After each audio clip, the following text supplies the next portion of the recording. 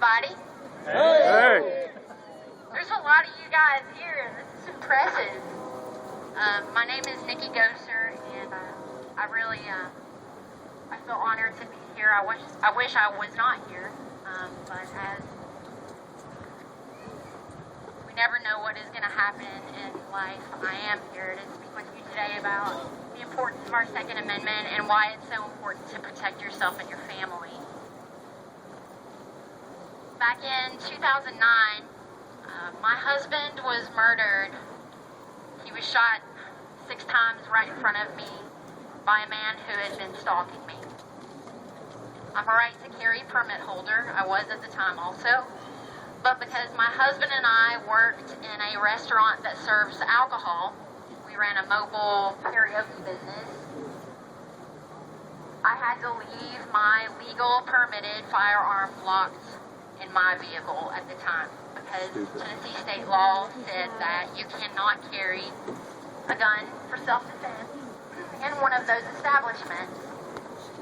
So I followed that law. The man that was stalking me did not have a handgun carry permit. He didn't care about the law. He brought that gun in illegally. I asked management to please remove my stalker.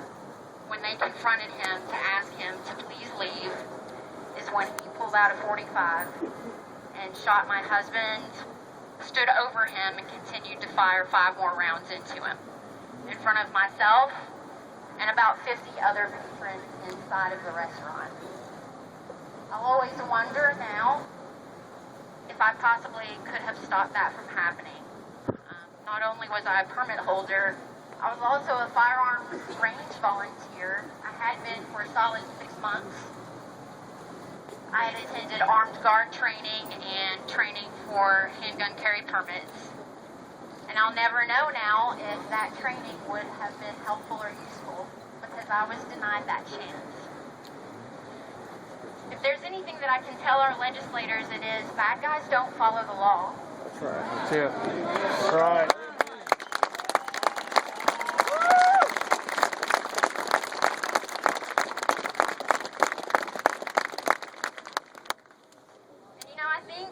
I think the lawmakers, they created these gun-free zones naively thinking that it would protect people. But you see, actually what happens is the opposite. Gun-free zones are killing zones. How about you?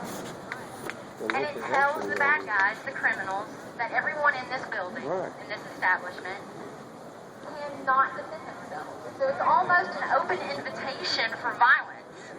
That's right. That's right.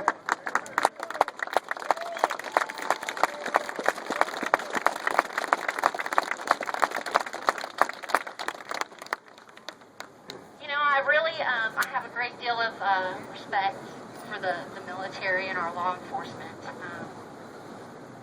I later learned that a United States Marine just happened to be in the crowd. He chose not to run. When my husband's murderer put the gun back inside of his jacket, zipped it up, and just acted like he was going to walk out without anyone knowing that he was the shooter, that Marine tackled that man. Good. There you go. All right.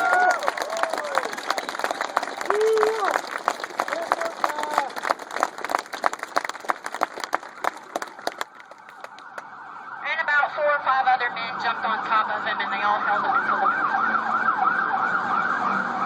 That man went to trial finally. I had to wait 3 years to get any form of justice, and to me it was a crumb of justice. The psychologist in the trial said that he was paranoid delusional. That's what they diagnosed him with. He had a mental illness. He had never been diagnosed. He lived to the age of 43, had no criminal record, not even as much as a parking ticket in his history. And then he goes and does something like this. And then, of course, after the fact, he gets diagnosed. Well, my husband is dead. And that court, it's not a criminal justice system, guys. I'm here to tell you that it's just a system. That's the truth. All right.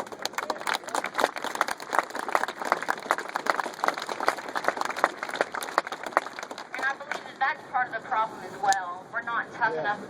We're not tough enough on crime on these murderers. This man only got 23 years. He got second-degree murder. Now, let me explain something to you real quick. We later learned that this man wrote a blog the day before he murdered my husband, Ben. And that blog said, "Predator versus prey. I know who you are. Run. Where will you work where I can't find you? At home, at dinner, in your sleep, every waking moment. This is going to be very painful. What kind of life do you have now?" Then, I learned when they searched his truck in the parking lot, they found 2 more guns, a shotgun and a rifle, ammunition, a baseball bat, binoculars, gloves, rope, and a knife. Now that is not a medical kit. I have no idea what this man's ultimate plan was, but I cannot help but to think that it also included me. The whole point is, I hear so much on the media about gun crime and gun murders. And I just want to say, get rid of the gun part. Let's talk about crime and murderers.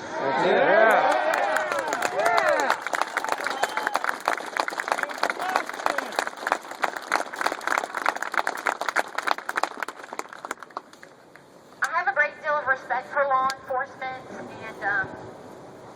unfortunately, those police officers were not able to get there in enough time for us.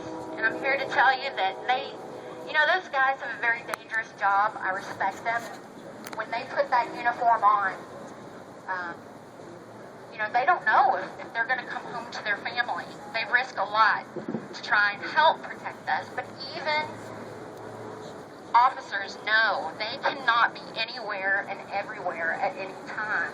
And the police officers that I've spoken with, they would much rather find an innocent, law-abiding person with a smoking gun and a dead bad guy than the other way around.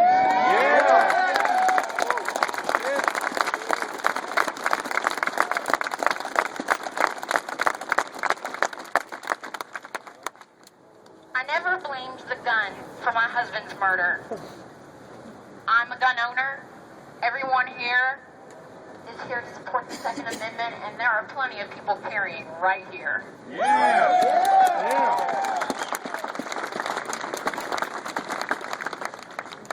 I blame the murderer. And you know what? Those naive legislators, I can't help but sort of blame them.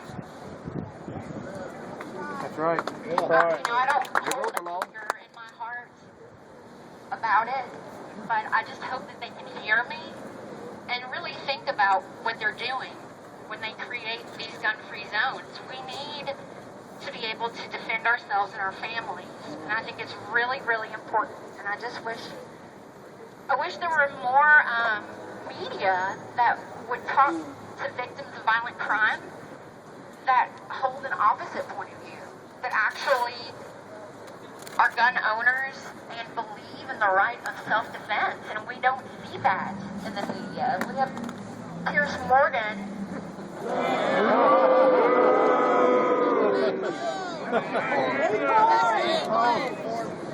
Support him. Go back to Britain. And Pierce he'll put pro-gun people on there, but then he won't even let them talk. They can't even give their point of view. And I just think the media is so biased and so unfair. That's right. That's right.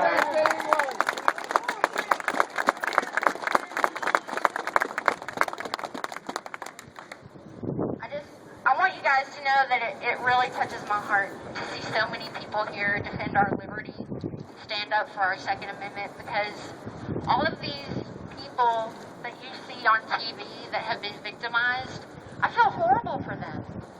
But the media makes it seem like if you're a gun owner, and you support owning a gun, that you didn't care about these poor children at Sandy Hook Elementary. They make it seem like you're the bad guy. And you're not.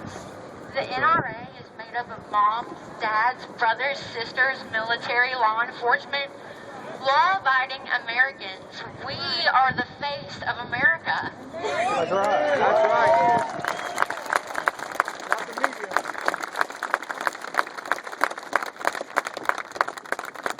And to listen to threats against members of the NRA, this is just ridiculous. Blame the murderer. Don't blame an object. You know, murder is a behavior. Blame the person. Let's start looking at mental health. Let's get rid of gun-free zones. Let's let law-abiding people carry so they can defend themselves and their families. Yeah.